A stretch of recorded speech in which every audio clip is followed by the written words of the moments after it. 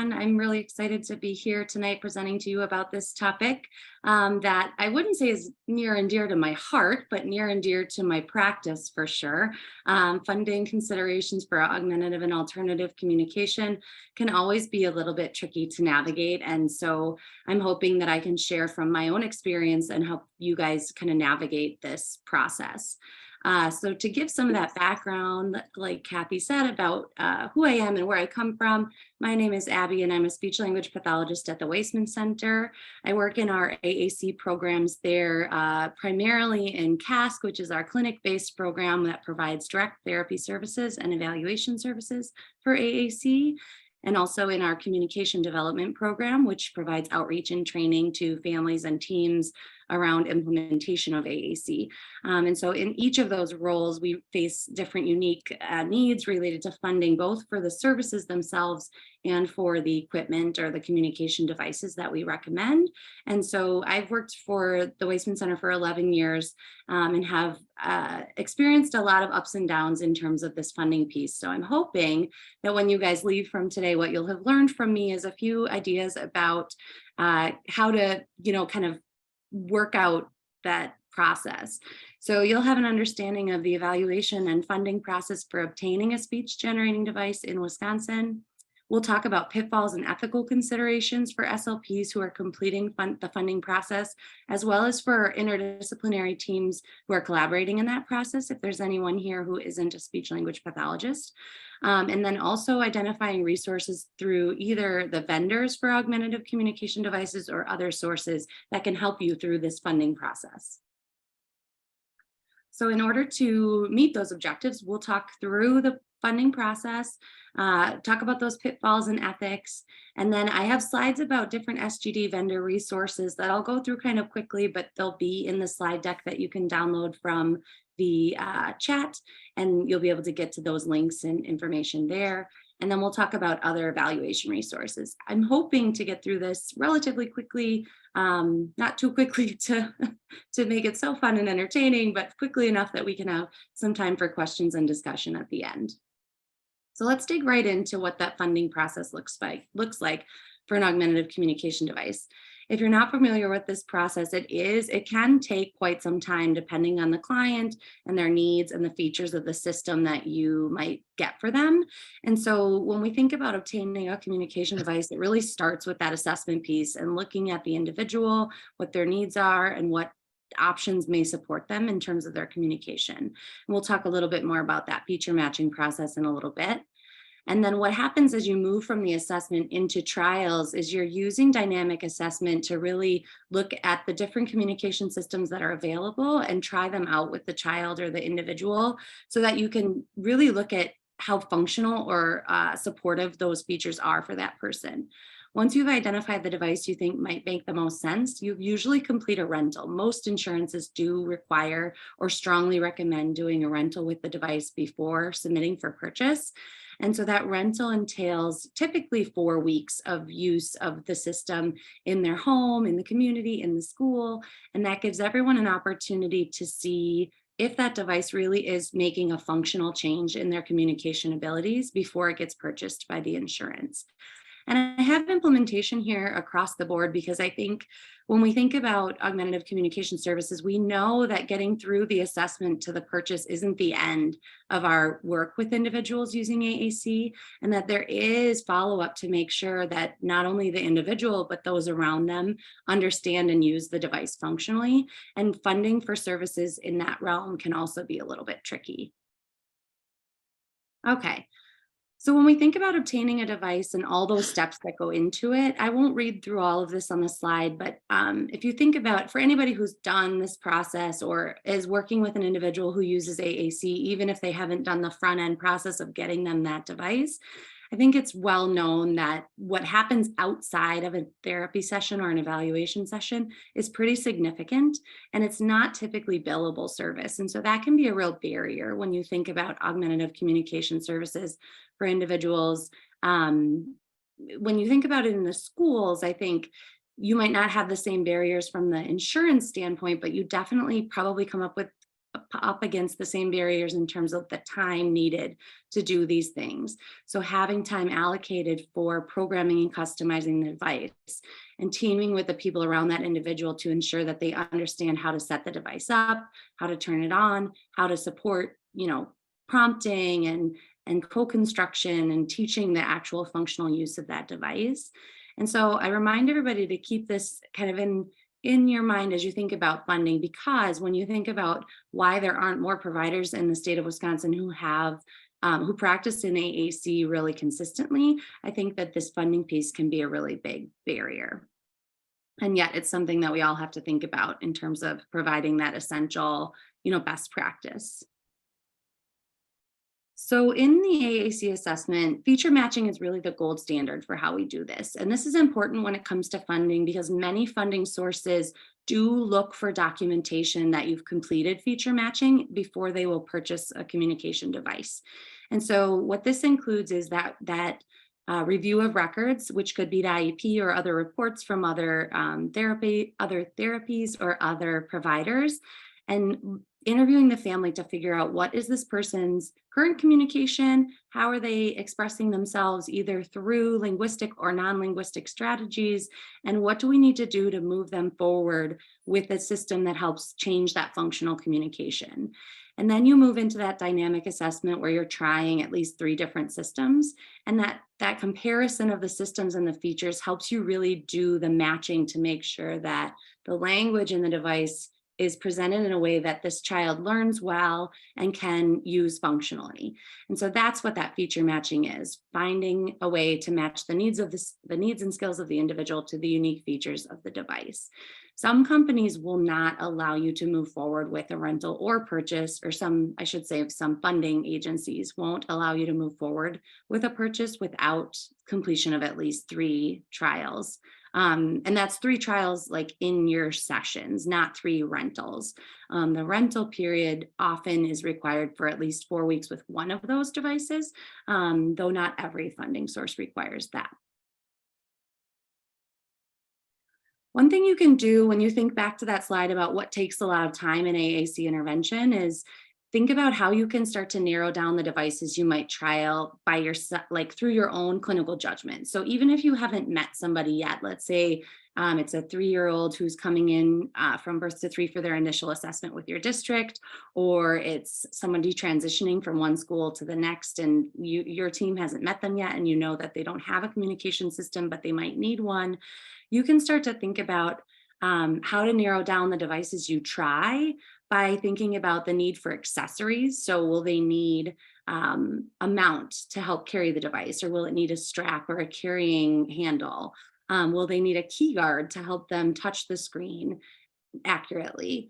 And then related to that too, what other access methods might they need? If they have vision or hearing concerns, are they going to be somebody who does touch the device directly, or are they going to be somebody who uses scanning with switches or eye gaze control? And then do they have any history of using a symbol set? For example, many schools use board maker symbols throughout the environment. So if they've already been exposed to those board maker symbols, are you looking at a device that has those similar symbols? Or if there's someone with vision impairment, are you looking at high contrast symbols to give them more support for how they can see those? And then related to the language learning needs, is motor planning a thing that helps them with accessing the device? Are they somebody who needs to touch a button and get a full phrase? Or are they somebody who is going to build sentences, and maybe some dynamic page branching will make that more efficient? And so as you think about those features that might be relevant to the individual, that can help you narrow down and find devices that have those features for your trials. And we'll talk a little bit about how to get those devices into your hands as well. I apologize that it's dark in here if you're looking at my video, but my light burnt out. And so hopefully you can just hear me and not necessarily see me. I think it's important to know also for funding what the requirements are for an AAC assessment from the perspective of the Centers for Medicare and Medicaid Services, or CMS. So if you are looking to get a device funded for someone through insurance, typically CMS guidelines are what are followed. So Medicare and Medicaid always follow these guidelines, and many private insurances also follow suit with that in Wisconsin, though there are many private insurances that just deny outright. And we'll talk a little bit about that later. So one of the requirements is that trial of at least 3 different speech generating devices within the evaluation. And as I said earlier, you're not required to rent all 3 of those devices, but you are required to have at least 3 devices in the room with the client in your dynamic assessment, trying it with them and explaining what features you're seeing as being important for this person and what features you're seeing of a device that aren't working, and that's why you're ruling those other devices out. And then the rental is typically one single device, the one that you find, excuse me, has the features most matched to that individual. And it's typically required for first-time communication device users. But if you're getting an updated device, for example, somebody who's used their device for 5 years and it's outdated and they need a new one, typically a rental is not required for those individuals. And so on the next couple of slides, I'll talk a little bit more about CMS's guidelines for funding communication systems. And again, many other insurances also follow this in addition to Medicare and Medicaid. So here are the requirements for a speech generating device to be considered durable medical equipment, or DME. And in order for it to be purchased by Medicare or Medicaid, it does need to be DME.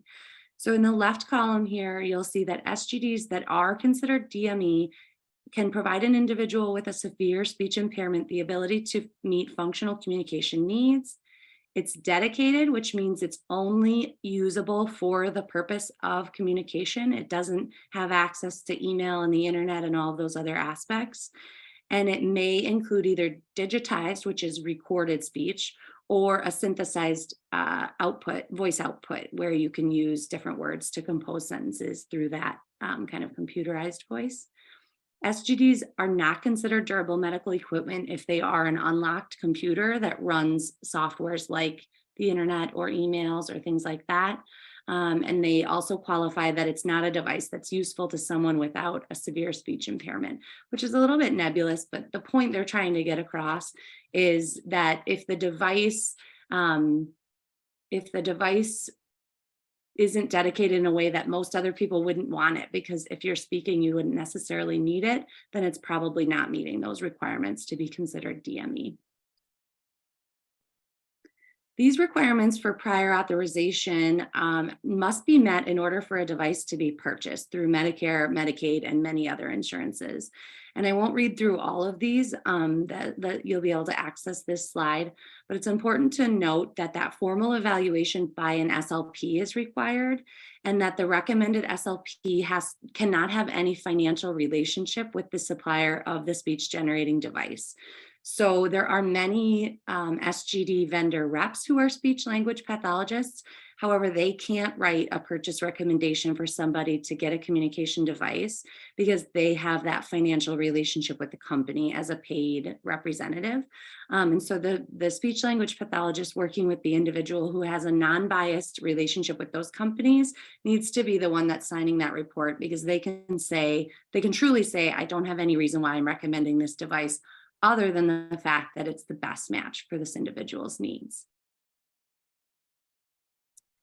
Here are some other requirements for the documentation, and this kind of describes what that formal written evaluation needs to include. And so it includes many of the things you would typically think of: background information like their impairment and their daily communication needs, describing how they're functionally communicating now and what their goals are for moving that forward, and then talking about some of the aspects of their cognition and their vision and hearing, and being able to express why they have that medical need for a communication device.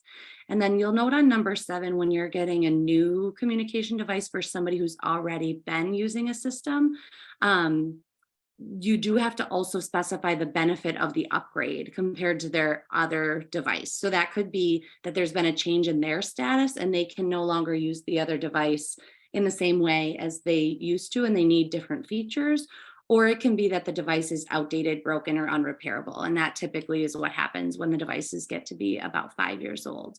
But you can, if there's somebody who needs a new device before 5 years and they've had some kind of change in status that makes it so they can't use their device anymore. For example, if they were using something relying primarily on vision and then they have a vision loss, or using something primarily relying on hearing and they have a hearing loss, that can be a reason, a status change that results in getting a new communication device. All right.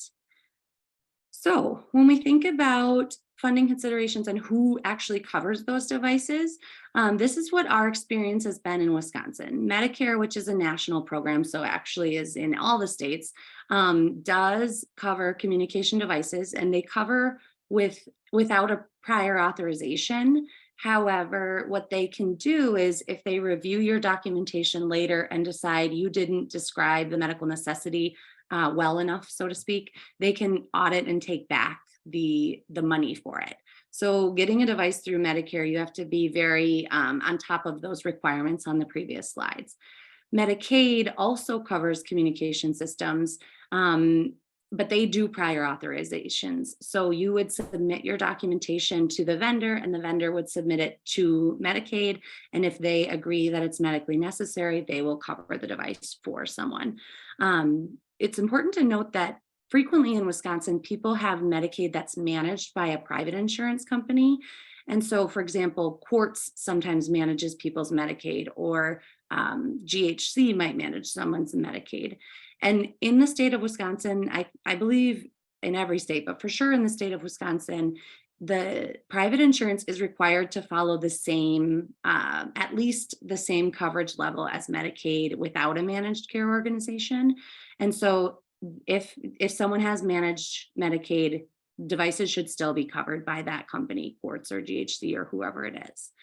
When someone has a private insurance that's not like managing their Medicaid, they can set their own coverage for speech generating devices, and it varies a lot across different private insurances in Wisconsin. For example, GHC is an example of a private company that doesn't cover speech generating devices or the services related to them in our experience. So they deny outright, saying that's not a benefit of their plans. Quartz is another example. They pay for services related to augmentative communication. So the CPT billing codes for doing the service are covered, but they do not cover communication devices. That's an exclusion in their plans. So often kids with Quartz and Medicaid will have their services covered by Quartz, but their device will be covered by Medicaid. So it's important to learn these nuanced differences when you are working to get somebody a communication device, because their insurance can have an impact on what gets covered. The other piece that I'd like to mention here too is how the insurances interact with each other. So Medicare is always the first payer, private insurances are in the middle, and Medicaid is always the last payer. So if somebody has a combination, let's say someone has Medicare and a private insurance, Medicare would be the first payer, and they typically cover 80% of the communication device. And then Medicaid, or their private insurance or Medicaid as the secondary, would cover the 20% copay. But if you have somebody who has Medicare alone, that 20% copay would come to them as an out-of-pocket expense, unless they can use alternative funding like TEP, which I'll talk about on the next slide, to cover that 20% copay. Another example is like the example with Quartz, where Quartz doesn't cover the speech generating devices. So they would deny, saying it's an exclusion from their plan, and then Medicaid can cover. So there's a lot to know in terms of how those insurances go. And the best way to find out is to call the insurance company and ask specifically what's covered. This doesn't fall on you as the speech language pathologist. This falls on the vendor. So once you've identified what device what device is the best fit for the individual, it's really on the vendor to reach out to that insurance company and find out, is a rental required? How long is the rental required for? Because one company in Wisconsin, United Healthcare, requires 3-month rentals instead of just 1 month, while most of the other companies are 1 month. So the vendor should be doing the legwork with you to figure out what's required for that funding source. I hope everybody's just so excited about this. I know it's the most popular probably topic to talk about at the end of a day. So when somebody has insurance that doesn't cover their device either fully, or they don't cover all of it, like the case with Medicare, there are also alternative funding sources you can go to in Wisconsin. So individuals who have a communication impairment can qualify for Telecommunications Equipment Purchase Program, or TEP. And if they also have any kind of motor or sensory impairment, they can apply or be eligible for even more coverage. So they essentially get 2 TEP vouchers instead of 1, depending on what their needs are. And so those vouchers can help pay copays or help pay for devices. Another route is through the Children's Long-Term Support Waiver. They frequently want you to try to get a system through insurance first if it's possible. But if there's a reason why you can't get it through insurance, because let's say they don't cover like ports or GHC, or if you can't get it through insurance because it doesn't meet those DME requirements, durable medical equipment, then sometimes you can ask for CLTS to purchase those devices. Other ways to get devices that families sometimes get devices are through philanthropic organizations that they're involved with. So Lions Clubs or Kiwanis Clubs will often have fundraisers or grants that they may provide equipment to kids with. And then finally, school districts sometimes buy devices, as I'm sure you guys have experienced, but I want to reiterate here that you're not required to. A school district is not required to fund a speech generating device for a child if it's medically necessary that they have that device. And we'll talk a little bit more about that on the next slide as well. Okay. So as I said, or one thing I said earlier that I should go back to, is that idea that Medicaid is the payer of last resort. And that's a term that insurances use to kind of delineate who's responsible first and then who's responsible, later after those people for funding a device. And if you read the Medicaid update about them being the payer of last resort, and you look in the little asterisks down in the bottom right of this document, and the link is here on the slide, there's a little disclaimer that says actually IDEA and birth to 3 are payers after Medicaid. Medicaid could have to pay before IDEA or birth to 3 or some of these other people. And so in reality, schools are the payer of last resort. Medicaid is responsible to pay for a device before the schools if it's deemed medically necessary. So if you show that the individual has an impairment with their speech that makes it so they can't meet their communication needs using that alone, and you show that there's that medical necessity, then Medicaid should buy the device even if school recommends it.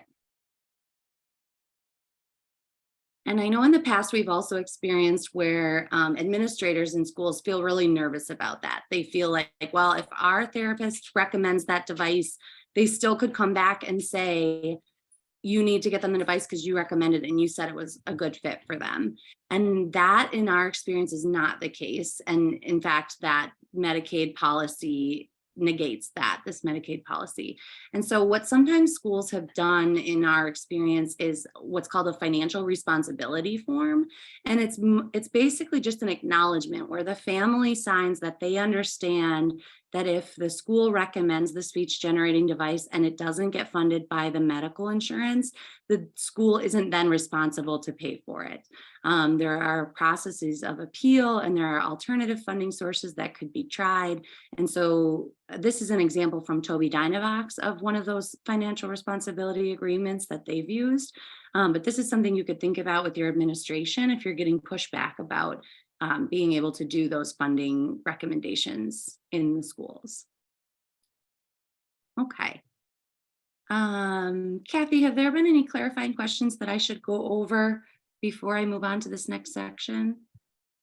I have not seen anything in the chat, but actually I do have a qualifying question. So when we're talking about funding a device, and if a school district has specific goals and objectives in that student's IEP, who's responsible for getting that device then?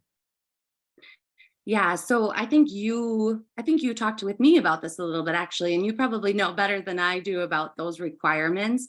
When I say that the school's not responsible to provide the device, what I mean is if it's medically necessary for the individual, the school's not required. However, I don't know what the rules are from, IDEA. If you write that they need to have a device in their IEP and they don't, it's possible that I think your option would be to pursue that device through medical funding or provide the device from the school district. Does that sound right to you, Kathy?